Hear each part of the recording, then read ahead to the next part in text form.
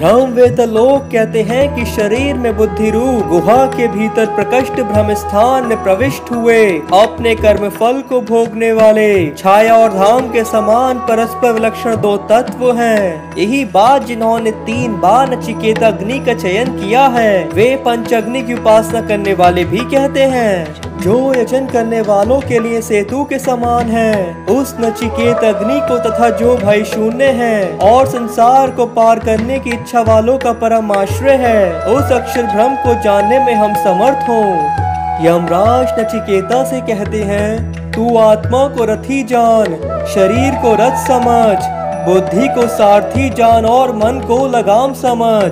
विवेकी पुरुष इंद्रियों को घोड़े बतलाते हैं तथा उनके घोड़े रूप से कल्पना किए जाने पर विषयों को उनके मार्ग बतलाते हैं, और शरीर इंद्रिय एवं मन से युक्त आत्मा को भोक्ता कहते हैं। किंतु जो बुद्धि रूप सारथी सर्वदा विवेकी एवं असमय चित्त से युक्त होता है, उसके अधीन इंद्रियां इसी प्रकार नहीं रहती जैसे सारथी के अधीन दुष्ट घोड़े, परंतु जो बुद्धि रूप सारथी कुशल और सर्वदा समाहित चित्त रहता है, उसके अधीन इंद्रियां इस प्रकार रहती हैं जैसे सारथी के अधीन अच्छे घोड़े। किंतु जो विज्ञानवान अनिग्रहित चित्त और सदा पवित्र रहने वाला होता है, वह उस पद को प्राप्त नहीं कर सकता, प्रत्युत संसार को ही प्राप्त होता है। किंतु जो विज्ञानवान समयचित और सदा पवित्र रहने वाला होता है, वह तो उस पद को प्राप्त कर लेता है जहाँ से वह फिर उत्पन्न नहीं होता।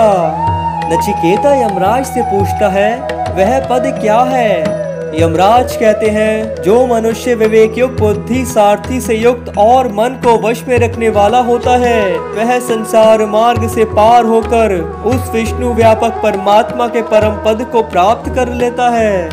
इंद्रियों की अपेक्षा उनके विषय श्रेष्ठ हैं, विषयों से मन उत्कृष्ट है, मन से बुद्धि पर है और बुद्धि से भी महान आत्मा उत्कृष्ट है। आत्मा से मूल प्रकृति पर है और मूल प्रकृति से भी पुरुष पर है।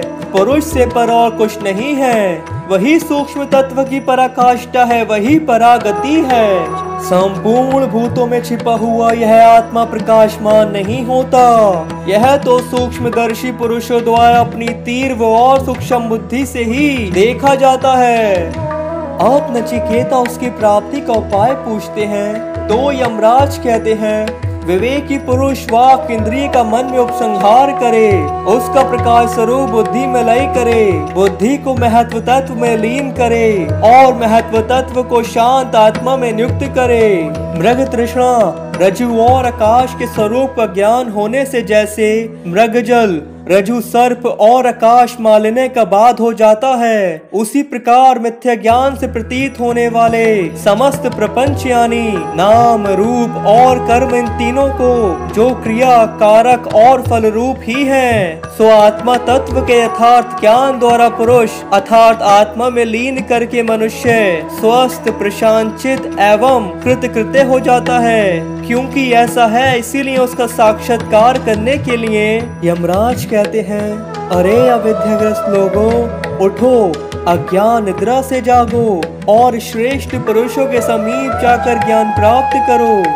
जिस प्रकार छुरे की धार तीक्ष्ण और दुस्तर होती है, तत्व ज्ञानी लोग उस मार्ग को वैसा ही दुर्गम बतलाते हैं। जो आशब्द, आस्पर्श, आरूप, अव्यय तथा रसहीन, नित्य और गंध रहित है, जो अनादि अनंत महत्व तत्व से भी पर और निश्चल है, उस आत्म तत्व को जानकर पुरुष मृत्यु के मुख से छूट जाता है। अब प्रस्तुत विज्ञान की स्तुति के लिए श्रुति कहती है, नचिकेता द्वारा प्राप्त तथा मृत्यु के कहे हुए सनातन विज्ञान को कहें और सुनकर बुद्धिमान पुरुष ब्रह्मलोक में महिमान्वित होता है। जो पुरुष इस परम गुहा ग्रंथ को पवित्रता पूर्वक ब्राह्मणों की सभा में अथवा श्राद्ध काल में सुनता है, उसका वह श्राद्ध अनंत फल वाला होता है।